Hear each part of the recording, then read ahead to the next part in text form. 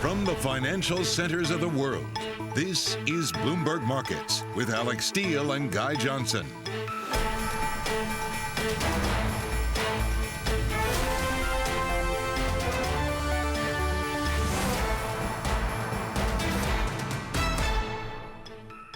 Tuesday the 3rd, 3 p.m. in London, 10 a.m. in New York, 30 minutes into the trading day in the United States, of course. From London, I'm Guy Johnson, Alix Steel over in New York. Welcome, everybody, to Bloomberg Markets. Alex, mask mandates, we're hearing a lot more of that now on an almost hourly basis. New York is going to require proof of vaccination if you want to eat indoors. Have you been eating indoors? No, I have still not yet to eat indoors. So this doesn't quite affect me, but the idea is that, and we were talking about this yesterday, are we seeing a stay-at-home recovery? I mean, Peloton stock surges, and then you have sort of the reopening trades. They're lower. I mean, is that what we're going to be seeing, basically?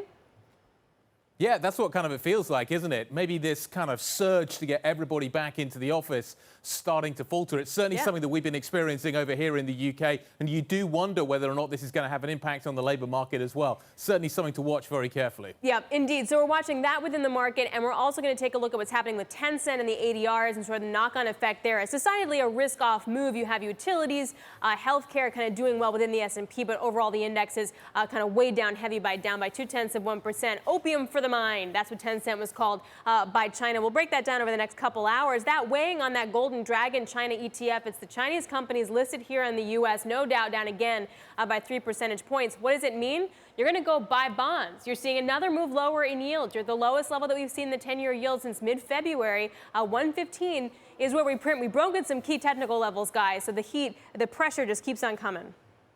Yeah, what's happening inside factories, what's happening with supply chain shortages and the lack of labour, certainly something to pay attention to. And we're starting to get more data on that narrative. Factory orders out, the prior number 1.7. We faded that a little bit, only down to 1.5, but this is a June number, remember, so this is relatively rear view mirror.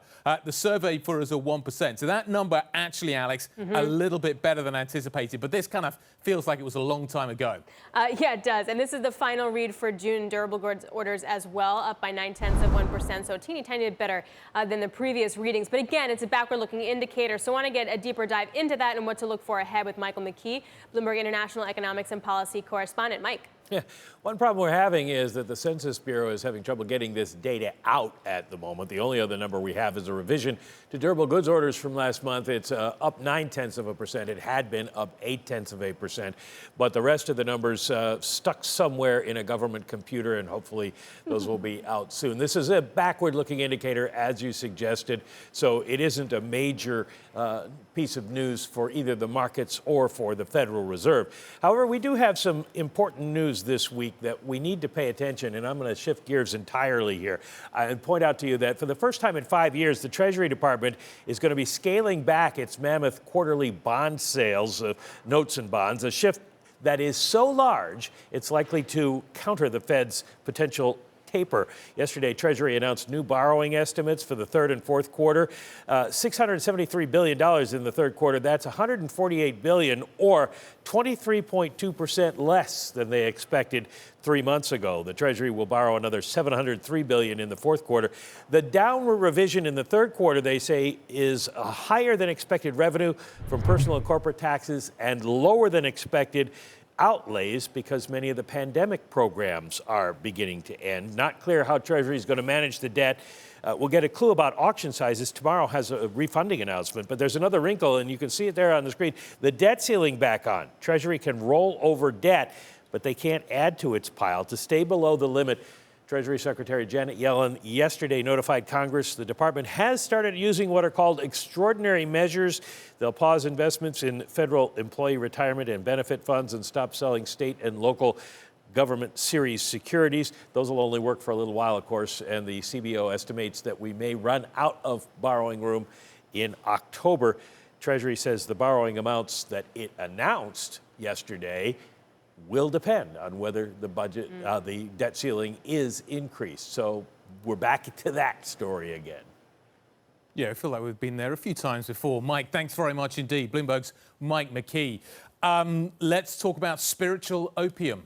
Tencent tumbling after the Chinese government calls online games, spiritual opium. We're talking here about children as young as 12 or under 12 actually getting hooked on some of these games. Tencent is China's most valuable company and is the country's biggest social media and video games firm. That is the issue that the Chinese government is now focusing on. Tom McKenzie joins us now to give us a sense of kind of what we should be listening to and what we shouldn't. Tom, really mixed messaging coming from the Chinese government on a number of issues at the moment.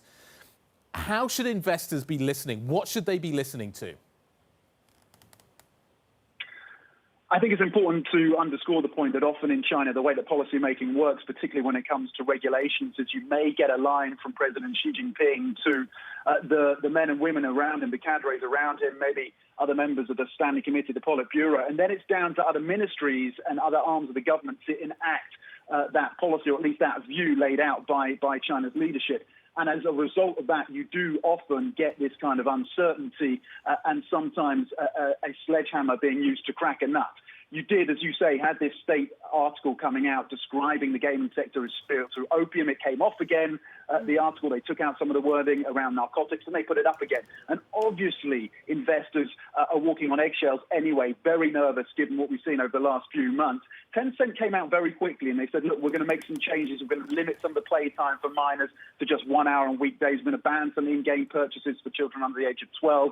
They also put out a line in their statement suggesting they were looking at an outright industry ban on gaming for children under 12, though we don't have any more details on this. But of course, the context, you know this very well, it comes after that effective ban on listings over data security, overseas listings by China's regulators. Of course, that crackdown on the school and education companies, ensuring that they are not allowed to make any profits. As you say, Tencent, at the lowest point was down about 11%, closed down about 6%. Others impacted by this, like NetEase, one of its competitors, also Naspers, of course, has a major stake in Tencent, Nintendo as well. The likes of Wanda Asia Pacific analysts, they're saying, look, this is a reminder that we are not at peak China regulatory risk yet. Such a great point and very difficult for investors. All right, Tom, thank you very much. Bloomberg's Tom McKenzie joining us there. We are waiting for New York City Mayor Bill de Blasio to begin speaking at a press conference. The rumor is he's going to require restaurants now and customers to show proof of vaccination before dining indoors. Bloomberg senior editor for healthcare, Drew Armstrong, joins us now. Drew, walk us through what we know so far about these potential restrictions.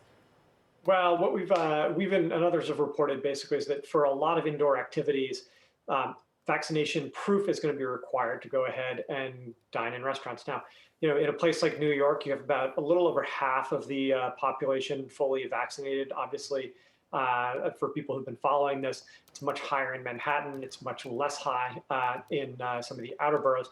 I think one of the questions you have is, you know, what is enforcement of this going to look like? We've seen some of these issues. I mean, you know, airline flight attendants getting in, having to get in altercations with passengers over masking. You know, as these mandates get rolled out around the country, the question of who enforces these, how strict they are, and what kind of tensions that potentially causes, I think is going to be a real challenge for a lot of small businesses to deal with. Drew, thank you very much indeed. Bloomberg's Drew Armstrong on what is happening in New York and the wider implications. We continue with the earnings story, though. Both sides of the Atlantic, really busy session. Bloomberg's cross-asset reporter, Katie Greifeld, is looking at what's moving in these quarterly numbers. Katie. Well, Guy, let's start with some European banks and cars. SocGen, it lifted its outlook. That's lifting shares as well. Standard Chartered, it announced a buyback plan, and it will pay a dividend. And clearly, investors seem to like that. Meanwhile, moving on to autos, it's still all about that semiconductor shortage. And if you look at Stellantis, the Jeep maker, it seems to be handling that okay. It actually lifted its guidance, but BMW, on the other hand, it warned of a volatile second half due to that shortage, and that is hitting shares this morning. But moving on to big oil, it is all about the investor paybacks, and BP is a bright spot there. It actually is raising its dividend by 4%, and that is giving a boost to shares this morning. However, ConocoPhillips, it didn't announce any further buybacks.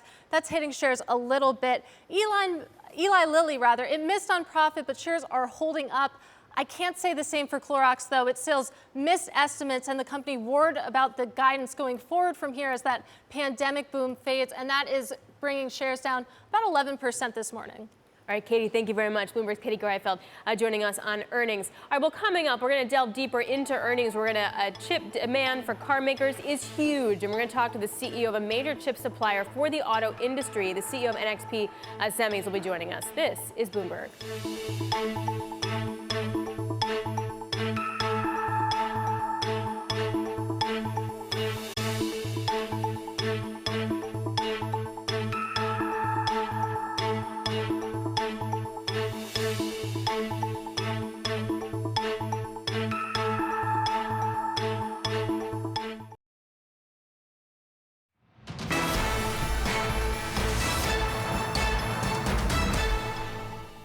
Global semiconductor shortage has been impacting us. It's been quite a whipsaw for us in the industry. We're managing it week to week, day to day. The chip shortage will continue probably throughout, I would say maybe first semester of 2022. We'll have some, let's say, some fluctuation, some uncertainty and lack of visibility. It is important to have the continuous monitoring the situation and how we can anticipate for the coming the supply situation.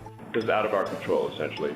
It does seem like it's getting better, but it's hard to predict. I think we have overcome chip shortages so far quite well, so we could manage, we could rearrange. It's something that we're going to have to deal with through the rest of the year and potentially into 2022. We have a lot of customers wanting to buy our cars, and we would like to build more and sell more. We don't see really that that's going to improve.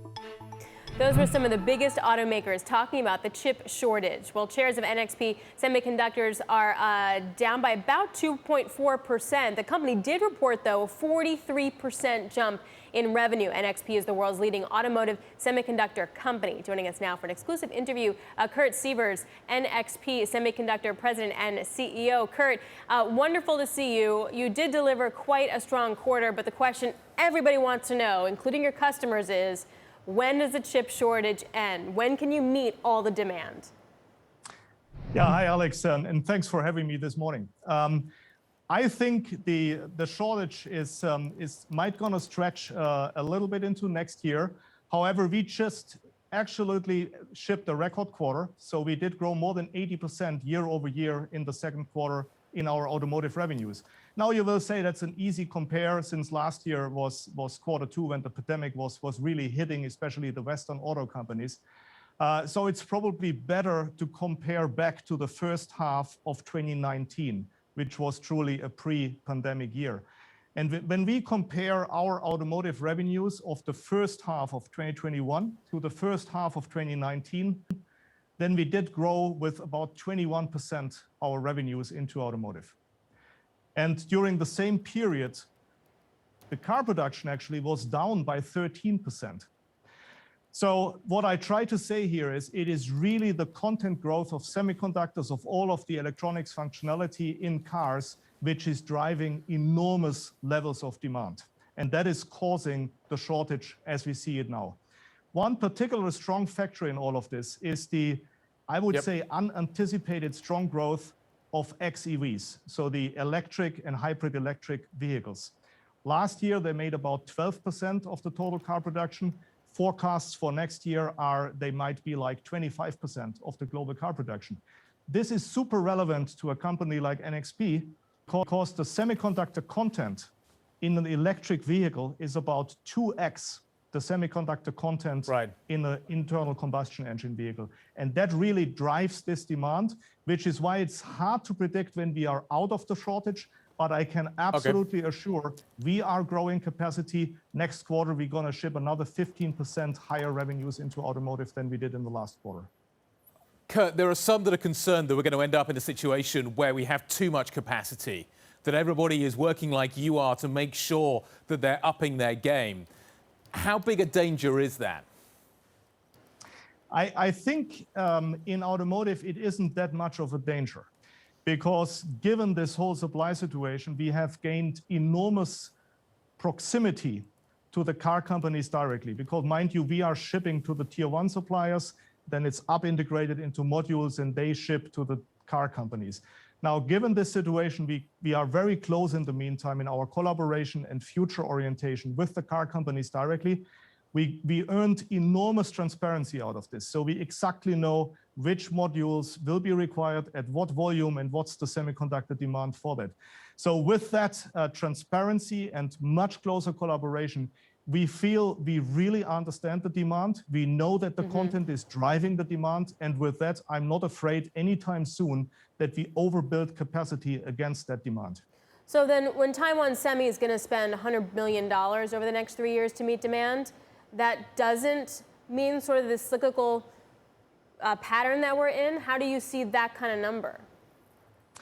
Well, I can't speak obviously about the details of TSMC's plans. But what I do know, and it's publicly reported, this is not just for semiconductors which are specific to the automotive market. I think it's actually a small single-digit percentage of TSMC which is shipping into automotive. I would rather overall say, and that's what NXP is experiencing day in, day out, the use of semiconductors also beyond automotive applications is just skyrocketing. I mean, we see the same trends currently in industrial and IoT applications, secure edge applications.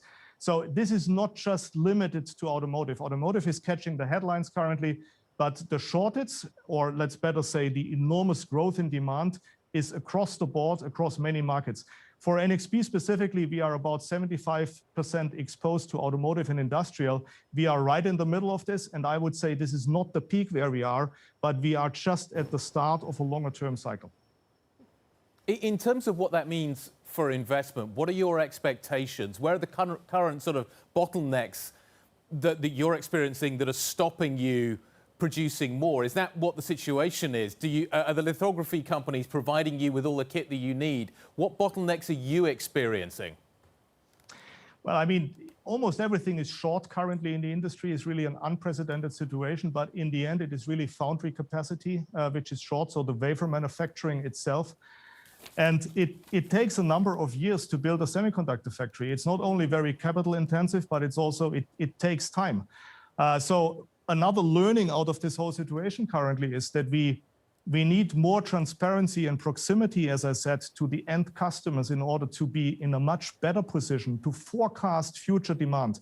And future demand is then not just for the next 1 or 2 quarters, but actually for the next couple of years, because the time it takes to build a factory in our world is pretty long. Now, let me just get to one other point, which I think needs some clarification in relative to the automotive world. Automotive manufacturing, car manufacturing, has always been built on the principle of just in time. The manufacturing cycle time in our industry, however, is between 3 and 6 months.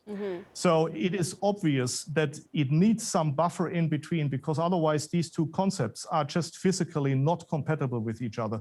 So again, this is hinting to the necessity for more binding and more long-term forecasts in order to get it right into the future.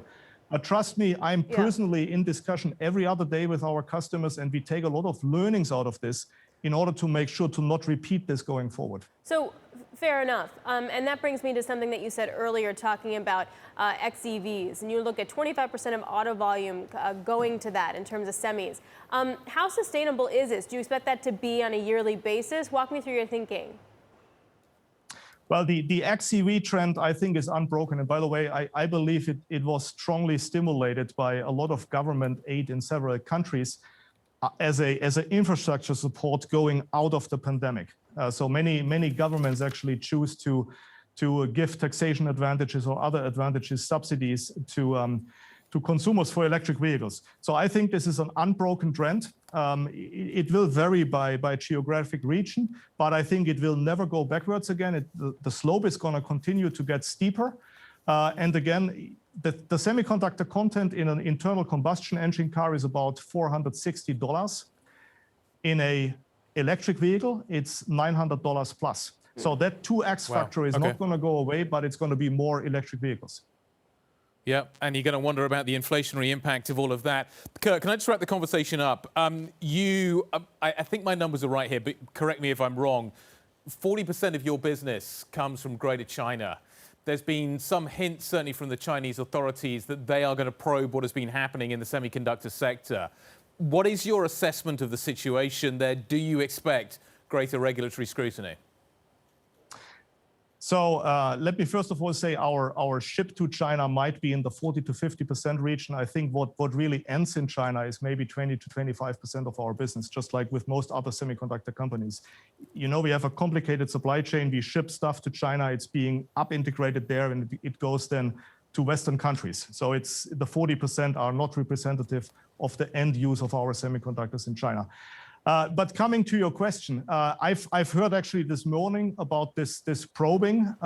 So I've read about it. We will certainly make sure to comply with any questions which would come. My understanding is it is about distributors of semiconductor products. So one step down the supply chain, and we will have to see what they do. But we definitely want to help with whatever we can to make sure there is compliance to proper behavior.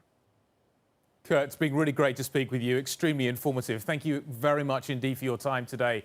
Kurt Sievers, NXP Semis President and CEO. What are we talking about next? We're going to stay in China. Alibaba missing revenue estimates for the first time in more than 2 years. More on the fallout from China's crackdown next. This is Bloomberg.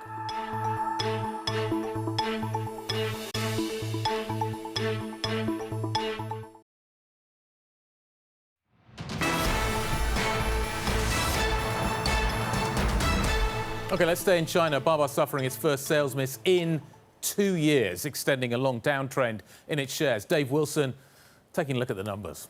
Absolutely, Guy. I mean, Alibaba Group Holding, as far as the latest quarter went, came up short on the top line. And it's really all about slower growth across most of the company's businesses. Whether you look at digital media or cloud computing or their main online retailing business or what they call innovation. And you certainly had growth. It just wasn't enough for most of those units to really measure up to what analysts were looking for. And on top of that, people are aware the company's spending more to promote bargain shopping online, to promote local marketplaces. So it's a matter of that investment happening at a time when you look at the business and things are kind of slowing down a bit. And, this is a company that certainly has had its struggles now for months. It's really, if you look at the American depository receipts, they're headed for their 8th straight quarterly decline after earnings. So that tells you something right there. And more recently, you go back to last October when founder Jack Ma came out and, among other things, asked the Chinese government to be more accommodating. And things have kind of moved in the opposite direction. The Ant Financial affiliate's initial public offering was canceled. They had a $2.8 billion antitrust payment in the last quarter. So, Alibaba has issues, and the latest quarterly results just kind of show them up. Yeah, that didn't work out so well, asking for more runway there. Dave, thanks a lot. Dave Wilson joining us. Well, coming up, market volatility is rising as stocks continue their climb. How do you play it? We're going to break it down with Amy Wu Silverman of RBC. This is Bloomberg.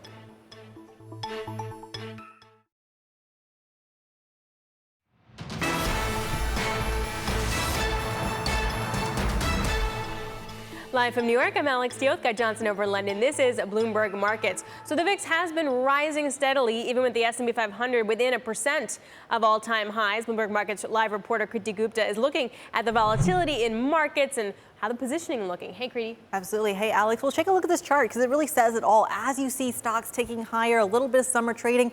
Volatility is too. You really nailed it there. You started to see a little bit of an ominous sign here because the last time this happened, it wasn't that great of a picture. And I want to crunch the numbers. Let me just show you exactly what happened and kind of the figures that we're looking at. Take a look at this. The last VIX high, 26.57. That was back in September. That was the peak. And what followed? Record highs that day. And what followed was a 9% pullback. So the question is, do we see that again? And a lot of people would say, well, if that is an ominous sign and we are expecting to see that again, does that mean we're hedging? And the answer is yes and no, because we have been hedging for a little while. And when I say we, I mean the market. Obviously, you can see the put-call ratio start to kind of lift up right over here, really hitting almost a high, the highest since last year, and then pulling back from its peak. So does that mean there's a little bit more bullishness, a little bit more optimism baked into the market? Maybe some of that is summer trading. Regardless, we're going to have to keep an eye on that VIX, Alex.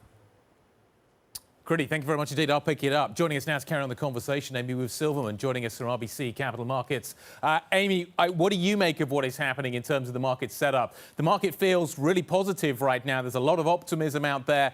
Can equities go higher at the same time as the VIX tracks higher as well? Yeah, it's a good question because obviously historically the VIX and the S&P tend to be inversely correlated. So when you see one start to move up, the question is always, is the other one going to move down? I will tell you, one metric that we like to look at is called skew buying power. All it really means is, look, if you sold one 10% out of the money S&P put right now, how many calls do you get for doing that? Right now, that metric's around 13 times, but prior to this, in early July, it was as high as 25 to 40 times. So what it means is, folks are worried. We are not at peak worry, and we're looking for a lot of events in the future, like Jackson Hole, like potential Fed tapering, the Delta variant may or may not be spreading. Those things will kind of help us inform where we're going in that direction. Hey, Amy, it's Alex. It's great to see you. Thank you so much for joining us. How should the options market be priced with the question mark of the Delta variant when we're starting to see more restrictions, at least stateside, coming down? Like New York, for example, you have to have a vaccine passport to get into a restaurant. How do we price that? Yeah, I'll tell you one really interesting tidbit from the options market, which is this. If you look over the next 3 months, kind of catching your back to school, your return to office, what have you, outside of the China-related ETFs, which are all, really high, just given the recent actions with the DD IPO, et cetera, the only ETF that's really showing you a really high level of concern and rise in demand is XRT. So that's the S&P retail ETF. And we think that's related to not only the Delta variant, but all those members in that ETF are really, sensitive to the reopening trade. So what I think the options market is trying to say right now is, overall market hedge, Alex, yes, we're nervous, but we're specifically nervous names that are in the retail index that have this higher level of sensitivity. If we do see, restaurants require vaccine passports, and obviously that takes away a certain proportion of an audience that might not have it, et cetera. Amy, you bring up China. Do you think the markets and the setup you're seeing indicates that that investors have got a handle on what is happening here? I remember, I guess it was over a year ago when, for a brief period in time, Jack Ma was just gone, right? And I think the point is you cannot underestimate the PRC, and I think it's really difficult, truly, for Western investors to have a price handle on it. My parents grew up in the Cultural Revolution. It's like a lot of these things where, they can just make these decisions in a unilateral fashion. I think Western investors have a really hard time pricing that. So, the short answer is no. It's very difficult to say what is going to happen next. Obviously, you can read between the party lines, but that's why I think FXI, EEM, EFA, all these volatilities are consistently high because, how do you get a price handle on something where there's just unilateral control? So is there a way, though, to try and profit off of that? Like, can you sell puts, sell calls? Like, would that just be playing with fire at that point? Generally, I actually think that because, look, Alex, we're kind of coming off earnings season and you do have skews, so that demand for out-of-money put protection relatively high. It's actually a generally good time to be underwriting to sell those puts to collect premium. I don't know that I would do it in any of these kind of Chinese-related names. I think that's a little bit of, you're taking your pennies in front of the steamroller. So if things happen, then, that tail event was sort of something that you should have understood could be there. Fair enough. What do you expect to happen throughout the rest of the summer? Let's get a bit more near term. Generally, volatility, August can produce quite a lot of volatility. Is that what you think the setup is this year? If so, how do I position around it? What kind of positions do I want to be putting on? Yeah, I think we're at the point right now where let's just say, the Delta variant wasn't even a part of the conversation. We're at a point where it was already the case that markets were near highs, that full valuation of volatility was getting rich, especially seasonally in a point in time where volatility should be having very low realized. So, there's two kinds of trades that I think make sense. One is a very low premium, high leverage type of trade. So something like a put butterfly where, essentially we've seen these trade in the market. guys, where you're essentially putting in $1, you can get 95 out. Obviously, that depends on a big move in the market, but if you get those, that low premium, high outlay trade really makes sense. And the other is what I mentioned before, which is something like selling puts in an Amazon, where if you do get the Delta variant rising, people fly back to those COVID utilities for safety. Those are the names that you want to start owning again, and you collect that premium along the way while you do that. Amy, before I let you go, what's been really confusing in the past couple weeks has been the stock bond conundrum, where you have record highs in stocks and you still have near record lows in yields, which kind of makes no sense if you think about it. And many say it's because there's technical adjustments when it comes to the bond market. Is there a way to play that in the options market? Yeah, I think in the options market, especially as it relates to rates, it's really going to come down to the non-farm payrolls that are coming out. And essentially, if there's a potential taper that comes on the back of that, that's something that our rates colleagues have been highlighting now. If that is the way you're going to go, TLT or HYG or LQD are all interesting ETFs to use. And then, as I had mentioned before, if you kind of look 3 months across, all those bond-related ETFs, Alex, are actually pricing as relatively low implied volatility. It's really just the China-related ETFs that are expensive, as well as XRT. Amy, so good to see you. Thank you so very much. Amy with Silverman of RBC Capital Markets. Great to catch up with you. All right, coming up, Gunnar Wiedenfels, Discovery CFO, will join us next on the business of the Olympics, plus big media M&A. This is Bloomberg.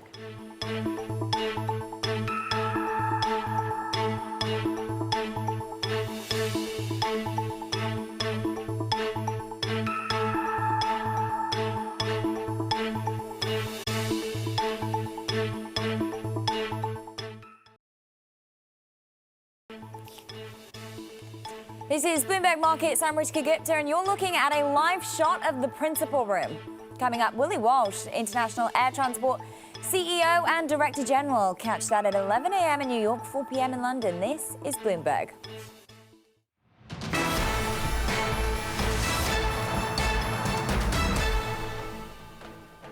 Let's check in on the Bloomberg First Word News. I'm Rishka Gupta. In New York City, more restrictions in the wake of the latest coronavirus surge. Workers and customers at indoor restaurants and gyms in the city will have to show proof now of vaccinations. That's just the latest step by Mayor Bill de Blasio to get New Yorkers vaccinated.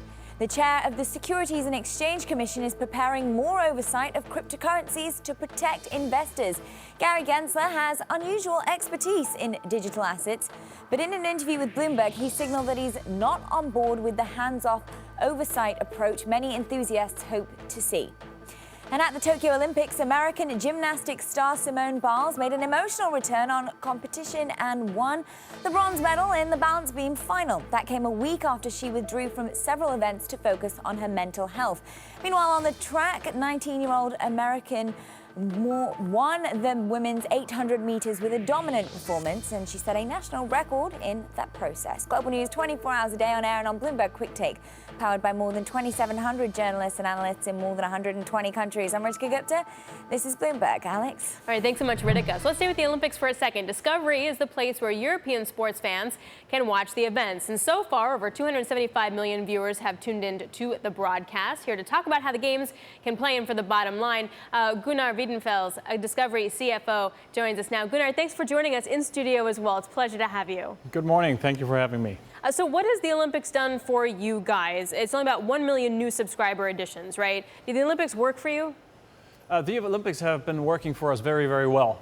This is the second games that we're airing with a year delay. We have a very interesting business model because we bought all of Europe and we decide how to best exploit those rights. So in many markets we've sub-licensed rights. In other markets we keep everything. Most importantly, every event, every minute is available on our streaming platform. So that is an amazing opportunity for us to really showcase what can be done with streaming. For many, many years, people had to hope that their event was selected by the major broadcasters, otherwise they weren't able to see it. We're giving it to everyone. It's been a great success from the perspective of bringing in new subscribers, but it's also been a great success for us from the perspective of engagement. You just said it, 270 million people reached across the European continent. 750 million of total minutes watched on our platforms alone, excluding the sub-licensing part. So a great success and a great business card for our product in Europe. A lot of those people have obviously been staying up very late into the night to watch all of this. Gunnar, good morning. It's Guy in London. How sticky do you think those customers are going to be? Do you think they're going to stick with you post the Olympics? I think so. I think so. It's early days, of course, but you know, we're very, very pleased with the metrics that we're seeing so far. The roll to pay. There's a short free trial in some of the markets, and you know, our subscribers are very engaged and rolling over into a paid subscription. We'll obviously do the work to keep attracting them. Keep in mind, there's another game coming up, the Winter Games, in very short order. That's a little different, you know, peculiarity now of the situation with COVID that will be helpful for us to keep these subscribers, you know, engaged and retained over the next couple of years. But even beyond the individual subscription, it's so important to use this front porch and this you know, lighthouse nature of the event to just show what we can do in this space. The expectations for your linear business international markets is quite large. The numbers have been quite good. How far can you go in the U.S. market? Well, to your point, you know, the international market is different. It's in great shape specifically for Discovery. We just said this morning that the second quarter of this year is second only to last year's second quarter, which was obviously helped by the massive spike from people staying at home because of COVID. But also in the US, there's no doubt ratings numbers have been challenging for the entire industry comparing to those COVID levels of last year. But as we also laid out this morning, we've just had the best upfront market that Discovery has ever experienced. Very, very significant demand. And what's really playing out nicely is people are realizing the enormous breadth that we can offer. We have an integrated suite of products, starting with the traditional linear products, a more and more data-driven and targeted component in there, our Engage product, our premier advertising products, and increasingly TV Everywhere and now Discovery Plus inventory. And what we're realizing is people, advertisers buy the entire suite. They want that incremental reach, which is replacing that sort of traditional function of only linear TV, and we're able to deliver that experience to our viewers and you know, to our advertisers, and they're very willing to pay for it. But to Alex's point, Gunnar, is it harder to peel people away from linear in the States than it is elsewhere? To peel people away from linear, and no, I mean, look, as I said, internationally, you know, the entire theme of cord cutting and cord shaving is much less pronounced than here, which is, you know, one competitive advantage that we have had, you know, compared with the more, you know, domestically focused peers, that we are able to cover the entire global footprint. We have TV operations in 220 territories, and that's been a nice balance for us. We can always get the leverage of the full, you know, global rollout with, you know, to your point, slightly different and in many cases more beneficial secular trends, you know, elsewhere outside the U.S. I'm staying on that for just one moment. Netflix did report a loss in its domestic subscriber base in the second quarter. Are you at all concerned about a churn for Discovery Plus once the promotions end?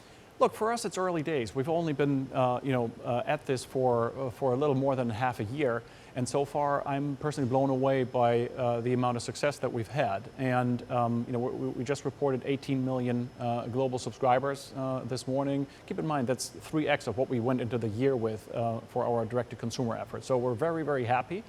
I believe that churn is not going to be a big issue for us. Everything we're seeing right now, all the metrics are pointing in that direction. And it's also in line with what we have seen in the linear world. Our brands, our content has an incredible stickiness. People are spending a lot of time. And so we're seeing that play through and play out in the D2C world as well. And specifically to the point of distribution partnerships, to the point of your question, you know, are we, you know, seeing those roll off? we've also been positively surprised by how sticky those subscribers were. Obviously, you do expect a little bit of a lower retention because it was for free for the end user initially, but we're very, very pleased with our ability to retain these people. The Warner deal, obviously huge. I don't think we can underestimate that in terms of the impact it's going to have on the business. But the impression that we're starting to get is you're not done, Gunnar, that there could be more still to come.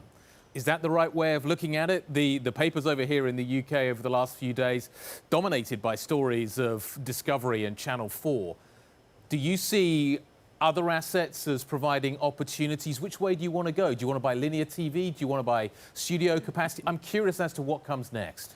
Well, listen, I think not done. The industry as a whole is not done, and the papers are writing what the papers are writing. You can rest assured that we have our priorities straight. There's one priority right now, and that is closing this Warner Media deal. To your point, one of the greatest opportunities, I think, in media history, and we're heads down working really hard to get that done. It's in the regular approval process, as you know. But we're preparing to the extent possible. We're setting up an integration management office. We're preserving cash to make sure that we get into that deal with the strongest possible balance sheet. That's the priority right now. Forget about what papers are writing. All right, fair enough. But I think just to pick up on Guy's point, what kind of value would you see in linear versus traditional media? There's tremendous value. If you take our numbers that we just reported this morning, right? It's working. We grew almost 20%, corrected for FX, above 20% on a reported basis, and that's a combination of obviously recovery of the linear business, but we are sort of approaching 2019 levels again, but a significant acceleration of our top line from the contributions from the D2C space. So our next generation revenues grew 130%, and this is meaningful actual dollar amounts now. We clocked $400 million in the second quarter. That's an annual run rate of $1.6 billion, 13% of our total revenue, and growing. And so this is really working out nicely because we can get that very long-term sustainable growth from direct to consumer. And as everyone knows, there are some startup funding requirements, and we've got that beautiful linear business which generates the cash flow that we need to not only fund those investments, but also throw off significant additional cash to delever, go after assets in the industry, or return capital. So it's a great symbiotic balance between the two businesses, and it's ironic that at a time when many people talk about the demise of linear TV, again, we had the best upfront market in the history of the company. Gunnar, we're going to leave it there. Thank you very much indeed for spending some time with us. Great to see you in a Bloomberg TV studio as well. Gunnar Wiedenfels, the Discovery CFO. Thank you very much. This is Bloomberg.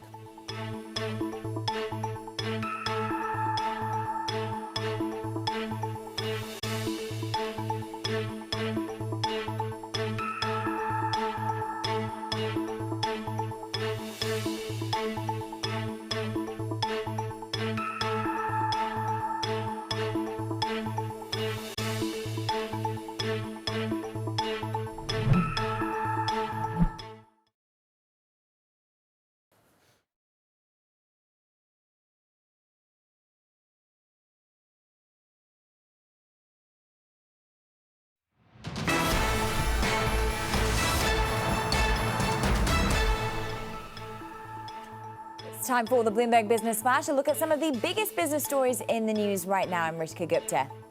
BMW joined its peers with strong second quarter earnings, but the German automaker warned of tough months ahead because the global chip shortage is slamming vehicle output. BMW says it expects production restrictions to continue in the second half of the year. In France, Société Générale gave an upbeat forecast for the year. The economic recovery is letting the bank put aside less for bad loans. Plus, a rebound in equities boosted earnings that beat estimates. SocGen said it would complete a share buyback it announced earlier. We have announced a share buyback in the second half of the year. So we will complete the share buyback. That's obviously pending a necessary administrative authorization by the ECB for an amount of 470 million euros. Shares of SocGen are up about 56% this year. And as the Delta variant spreads, younger Americans have become the most stubborn vaccine holdouts, according to the Kaiser Family Foundation. 34% of those between 18 and 29 said they wanted one before getting vaccinated. But according to the CDC, COVID-related hospitalizations among 18 to 29-year-olds jumped 25% in just the past week. And that is your latest Business Flash. Guy, Alex? Ritika, thank you very much indeed. Alec, this is the story, isn't it, of the day. You look at what is happening in New York, you look at the requirements that potentially could be announced a little bit later on, the requirement that if you want to eat inside, you want to go to the gym, you want to go to a spin class, you've got to be vaccinated. And I do wonder whether this is the kind of final piece in the puzzle to encourage that younger cohort to get vaccinated. Well, you want to go out and have some fun? Get a shot. And if you don't, do you not return to the office? If you don't, do you not go back to school? Are we going to have a hybrid learning situation? I mean, is this whole thing going to fall apart in the next few weeks? It's going to make a lot of people, including myself, pretty nervous. I was about to say, including Alix Steel, quite nervous. Yeah, I'm going to just put my heart there on my sleeve. Yeah, that's going to freak me out. Absolutely. We'll continue to monitor it. We're going to bring you that news a little bit later on. Up next, the European close. We'll get UBS's take on what is happening here. This is Bloomberg.